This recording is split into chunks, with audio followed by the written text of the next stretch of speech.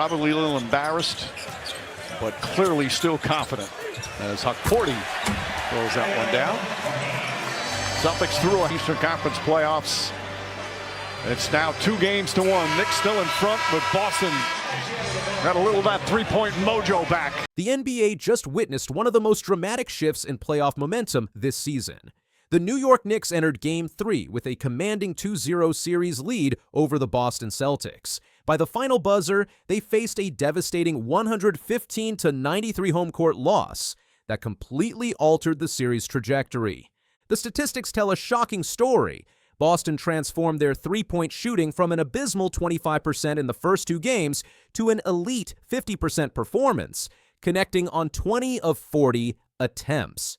Meanwhile, the Knicks managed just 5 made three-pointers on 25 attempts, a brutal 20% shooting display.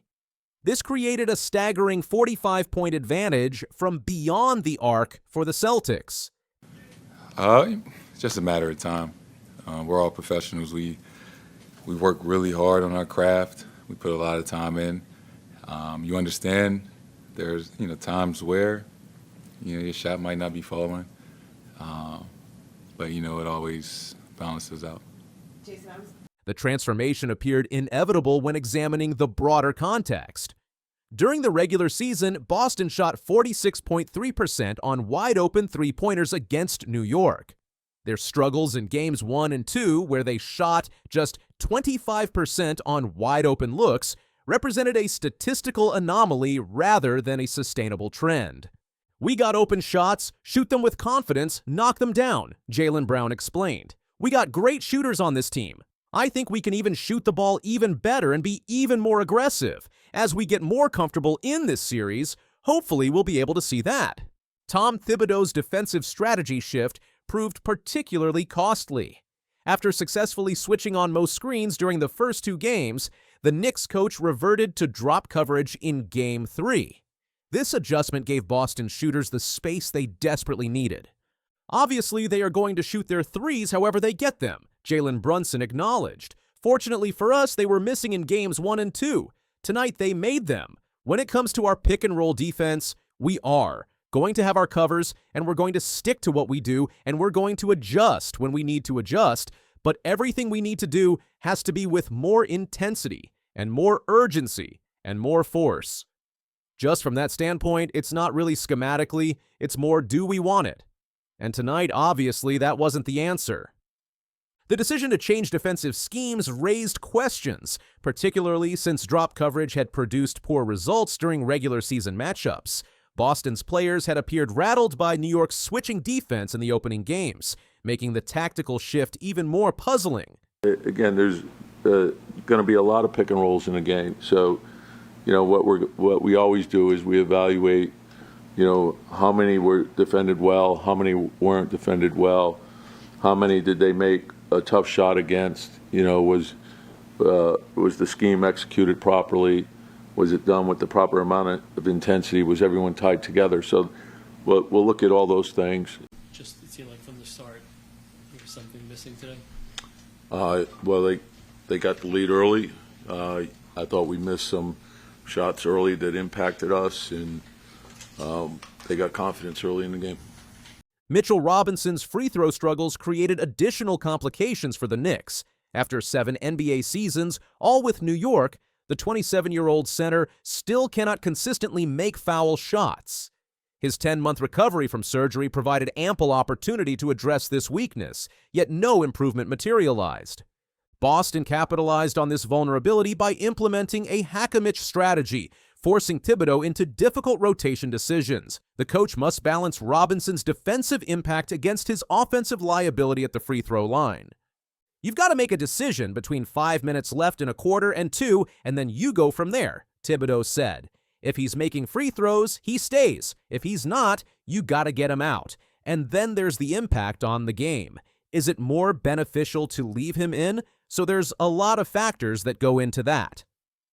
The Knicks' energy and urgency issues proved equally damaging.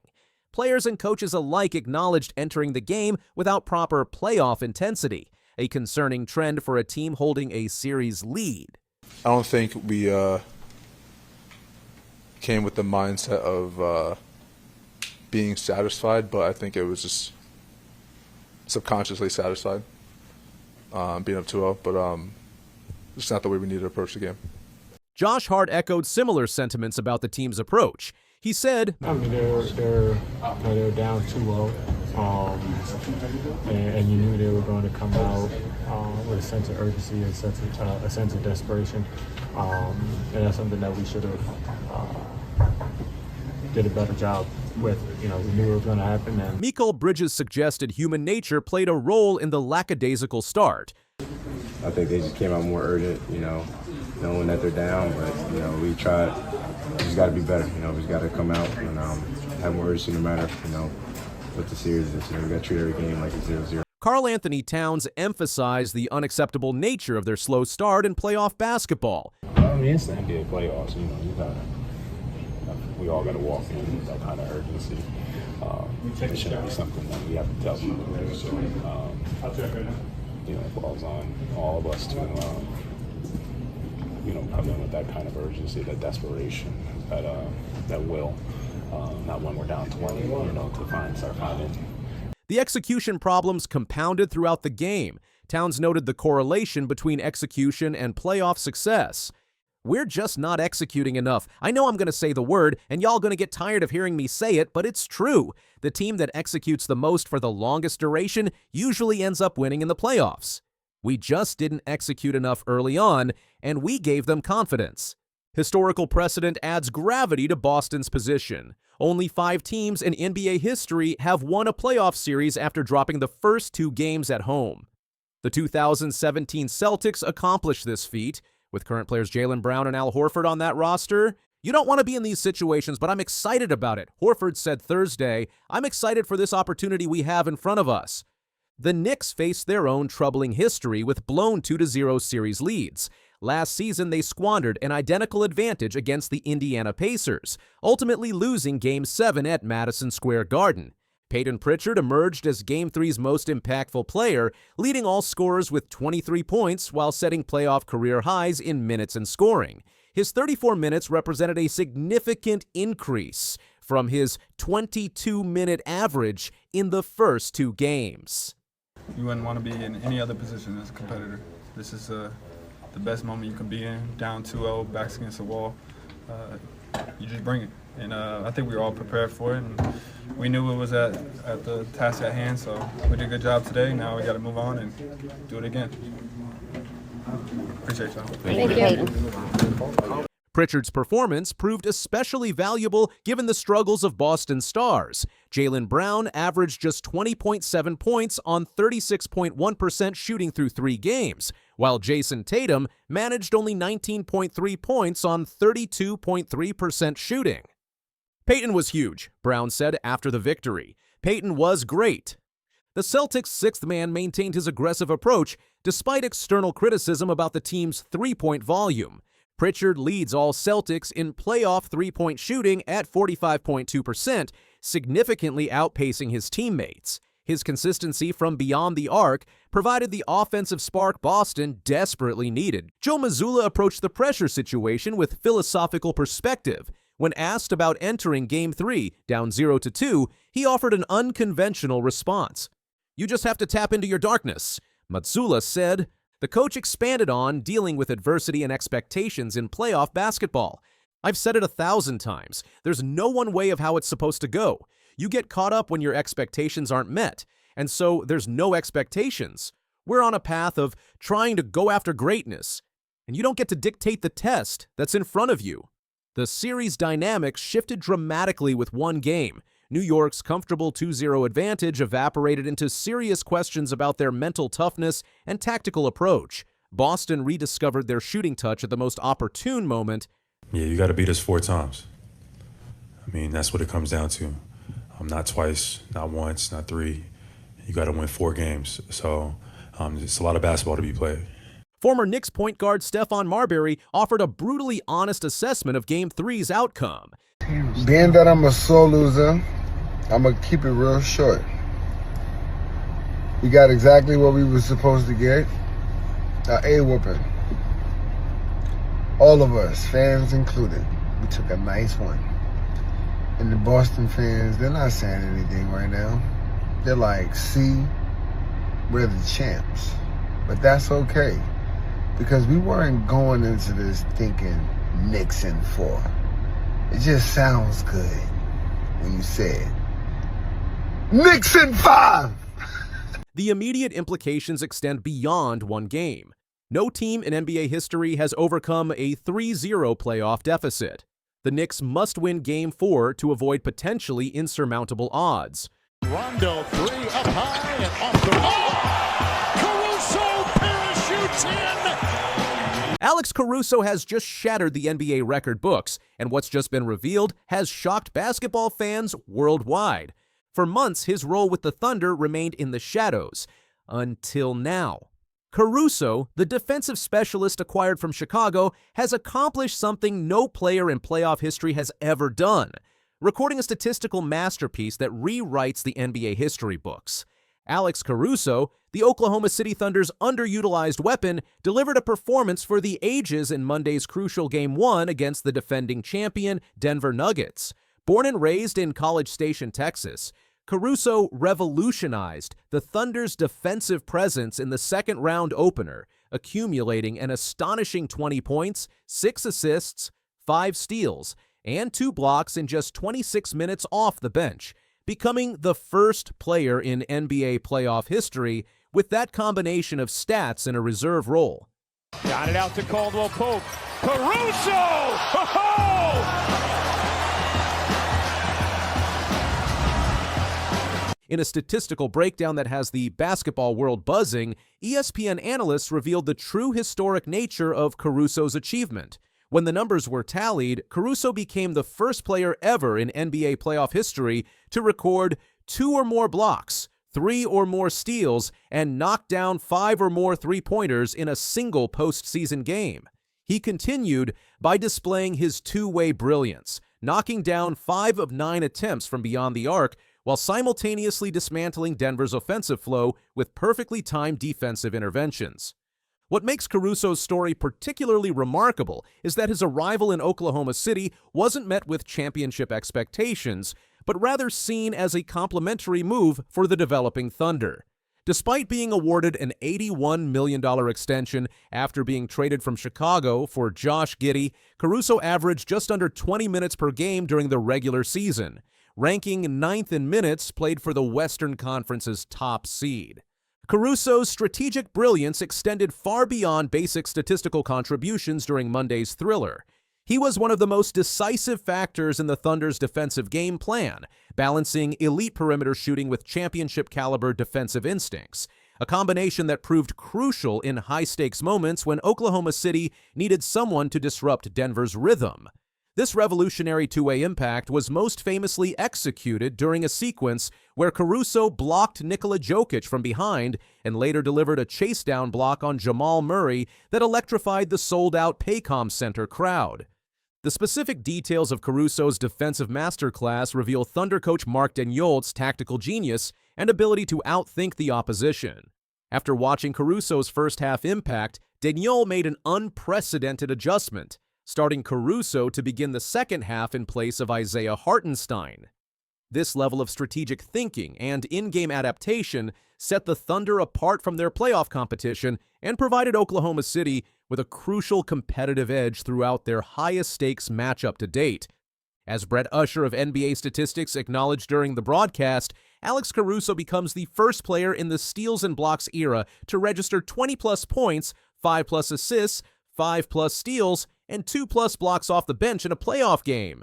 Indeed, while spectators commonly attributed the Thunder's 68-win regular season primarily to MVP candidate Shai Gilgeous-Alexander's brilliance, basketball insiders have long recognized that every calculated defensive rotation and critical offensive contribution from role players like Caruso would ultimately determine Oklahoma City's championship viability. The importance of this bench star performance is something modern NBA teams understand deeply. Steve Jones Jr. articulated this dynamic when reflecting on Caruso's Game 1 impact on social media. Alex Caruso is a madman, Jones posted on his X account, with accompanying video evidence of Caruso's defensive genius. This sentiment echoes the critical role that high-level rotation players now play in NBA playoff success, a tradition and standard of excellence that Caruso exemplified throughout Monday's contest. Caruso's influence on the Thunder extends far beyond his on-court expertise. He represents the organization's commitment to acquiring high-character, championship-tested veterans during their most successful regular season in franchise history.